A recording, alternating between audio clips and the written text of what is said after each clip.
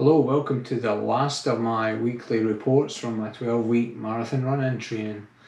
I'm actually back now from Minnesota where I ran the Grand Miss Marathon on Saturday. I finished the race this weekend very comfortably. I felt great. My last mile was as fast as any other mile I ran during the whole race. My legs felt good. I felt like I could have run another 6 or 7 miles, no problem at the end of that race. That was the positive. The other side of it was I was nowhere near the target time that I'd set for myself in the race. I'd hoped to hit a 3 hour 50 marathon and failing that to break 4 hours, and I did neither of those. I finished in 4 hours, 2 minutes and 53 seconds. And there's a couple of reasons for that really centre around my brain. I had a sore ankle from about mile 7, mile 8 onward. But it wasn't debilitating, it was just niggling and nagging away, and that kind of knocked my confidence a little bit. And then also I was so scared of bonking, of hitting the wall, that I found myself really babying myself as I ran through the latter stages of the race. So from miles 17 to 20, I was really throttling back. I was watching for any sign of feeling different or feeling worse, and I just kind of convinced myself I was going to hit the wall, and the last thing I wanted to do was be the guy staggering down to the finish line. And so by the time I realised that I was going to be fine, it was about 4 or 5 kilometres to go, and of course I ran that very comfortably in, but it was far too late to make up any time that I'd lost.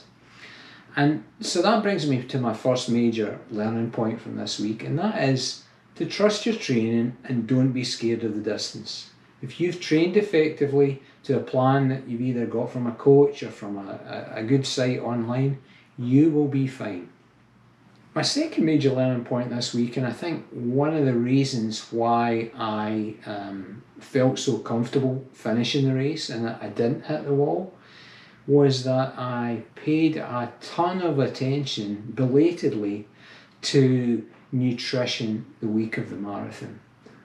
And I'd started the week thinking, well, you just have a big spaghetti dinner the night before the marathon and you'll be fine. And that was my plan. And then I just started casually reading this article about carb loading and building up to the start of a marathon. And I discovered, to my shame, that there's a whole deal about the last 3-4 days before a marathon. It's not just about having a spaghetti dinner the night before. There's a whole structure you should be going through to making sure you're properly hydrated and you've built up the right levels of glycogen stores in your body, and that you continue to top those up. And it was something I very nearly missed and very nearly neglected. I was probably a day late in terms of really effectively dealing with the nutrition that last week, but kind of got there, paid very close attention to what to eat the day before and the morning of the race and when to eat it. And I think that was a huge factor in me feeling so comfortable at the end of the race. So my second learning point is this, that your running may be tapering off the last week of your marathon training, but your nutrition is where your focus needs to be, and consider that every bit as important as the long runs you were doing 3 weeks ago.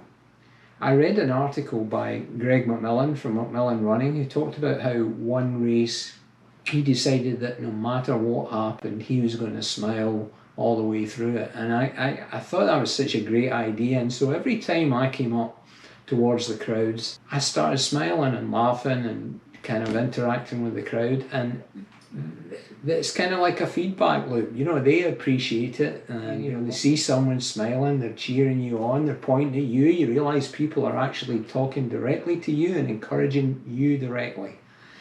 And it was such a great boost. So look like you're enjoying yourself, even if you're not, and you'll get that boost from the crowd. And I can't emphasize enough what a boost that was for me at times when I was struggling during the race.